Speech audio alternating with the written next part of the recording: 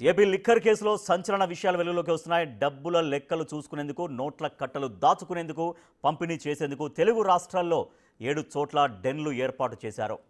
తెలంగాణలో 6 ఉండగా ఒకటి తాడేపల్లిలో మాజీ సీఎం జగన్ నివాసానికి కూతవేటు దూరంలో ఉంది. తాడేపల్లి డెన్ నుంచి మాజీ ఎమ్మెల్యే చెవిరెడ్డి భాస్కర్ రెడ్డి లావాదేవీలు జరిపేవాడని సిట్టు అధికారులు చెబుతున్నారు. 2018లో చెవిరెడ్డి భాస్కర్ రెడ్డి 312 ఫ్లాట్ను తన అనుచరుల కోసం అద్దెకు తీసుకున్నారు. 2024 ఎన్నికల్లో అక్కడి నుంచే నియోజకవర్గాలకు డబ్బులు పంపిణీ చేశారని అధికారులు ఆధారాలు సేకరించారు.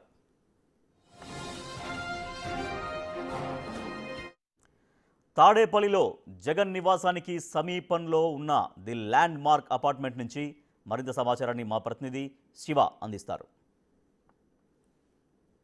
తెలుగు రాష్ట్రాల్లో సంచలనంగా మారిన లిక్కర్ కేసు వ్యవహారం ప్రస్తుతం ఆంధ్రప్రదేశ్లో హాట్ టాపిక్గా మారిపోయిన పరిస్థితి కనిపిస్తుంది. ముఖ్యంగా లిక్కర్ కేసుకు సంబంధించి ఇప్పటికే సిట్ అధికారులు 268 మందిని సాక్షులు విచారించారు. అయితే ఈ లిక్కర్ కేసుకు సంబంధించి మొత్తం 7 చోట్ల డెన్లు ఏర్పాటు చేసుకున్నారు. దాంట్లో 6 చోట్ల తెలంగాణ రాష్ట్రం హైదరాబాద్లో కాక ఒకటి మాత్రం గుంటూరు జిల్లా తాడేపల్లి మాజీ సీఎం జగన్ నివాసానికి కూతవేటు దూరంలోనే ఈ అపార్ట్మెంట్ ఉంది. ది ల్యాండ్ మార్క్ అపార్ట్మెంట్కి సంబంధించి కూడా ఈ అపార్ట్మెంట్ ఉంది. గతంలో ఈ బిల్డింగ్ వెనక వైఎస్ఆర్సీపీకి సంబంధించిన పార్టీ సిటీ కార్యాలయం ఉంది. ఆ తర్వాత కొన్ని రోజుల తర్వాత పార్టీకి సంబంధించి అంటే ప్రభుత్వానికి సంబంధించి గ్రీవెన్సీల కోసం కూడా దీన్ని వినియోగించిన పరిస్థితి కనిపించింది.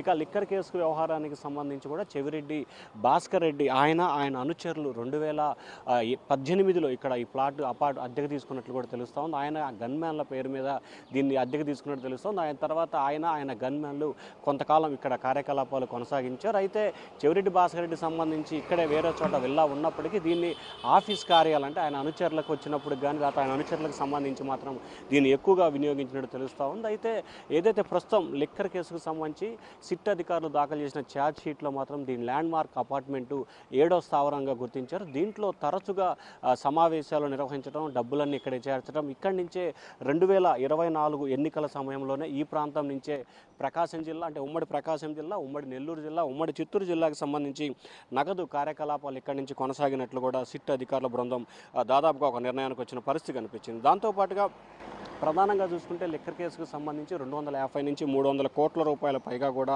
ఈ నిధులన్నింటికి సంబంధించి కూడా ఈ ప్రాంతం నుంచే అంటే ఇక్కడి నుంచే ప్రస్తుతం ఏదైతే మనం బిల్డింగు విజువల్స్ చూస్తున్నామో 312 ప్లాట్ నెంబర్ 312 నుంచి నిధులు ఇక్కడి నుంచి కూడా వివిధ ప్రాంతాలకి తరలివేరినట్లు కూడా తెలుస్తోంది.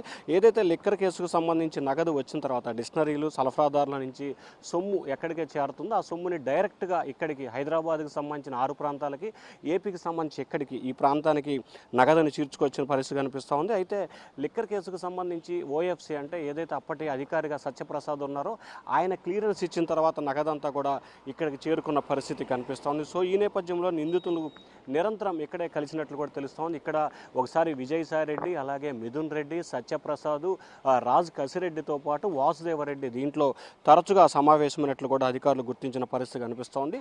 కుంభకోణం జరిగిన కోణానికి సంబంధించిన నిధులు మొత్తాన్ని కూడా వారి ఖాతాల్లోకి జమ చేసే విధంగా ప్రయత్నాలు చేశారు. సో వీటన్నిటిని బేరేజ్ వేసుకున్న తర్వాత మద్యం డిక్షనరీ నుంచి వ్యాపారం నుంచి డబ్బుల రూపం మాత్రమే తీసుకున్న పరిస్థితి కనిపిస్తూ ఉంది.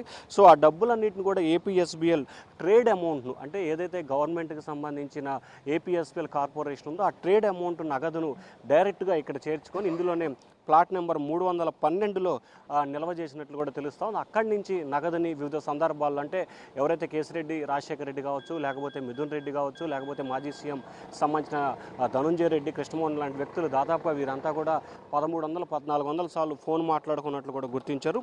సో చెవిరెడ్డి భాస్కర్ రెడ్డి ప్రధానంగా ఈ లిక్కర్ మాఫియాకి సంబంధించి కూడా ఎన్నికల్లో డబ్బులు పంపిణీ చేసేందుకు కీలకమైన పాత్ర పోషించారు. సో ఆయన ఎవరైతే చెప్తారో ఆ చెప్పిన వారికి ఆయన సెక్రటరీలకు సంబంధించి బాలాజీ యాదవ్ కానీ, వెంకటేష్ నాయుడు కానీ వీరిద్దరూ కూడా తరచుగా ఈ ప్రాంతం నుంచి ఏదైతే ప్రస్తుతం మనం ఉన్నామో తాడేపల్లిలో ల్యాండ్ మార్క్ అపార్ట్మెంట్లో 312లో నగదు నిల్వ చేశారు. నగదు నిల్వ చేసిన దాని నుంచి 2024 ఫిబ్రవరి, మార్చిలో ఈ ప్రాంతం నుంచే దాదాపుగా 300 కోట్ల రూపాయలు వివిధ జిల్లాలకు తరలించినట్లు కూడా అధికారులు గుర్తించారు. ప్రస్తుతం అయితే ఎన్నికల తర్వాత అంటే 2024 ఎన్నికలు ముగిసిన తర్వాత ఈ ప్లాట్ను కూడా వాళ్ళు అద్దెకు తీసుకొని ఖాళీ చేశారు. ప్రస్తుతం 312 ప్లాట్లో వేరే వాళ్ళు కూడా అద్దెకున్నట్టు తెలుస్తోంది. మొత్తం మీద చూసుకుంటే ఆంధ్రప్రదేశ్లో సంచలనంగా మారిన లిక్కర్ కుంభకోణం వ్యవహారం మాత్రం మరొకసారి తాడేపల్లి కేంద్రంగా కూడా డెన్గా మారిన పరిస్థితి కనిపిస్తోంది. Over to studio.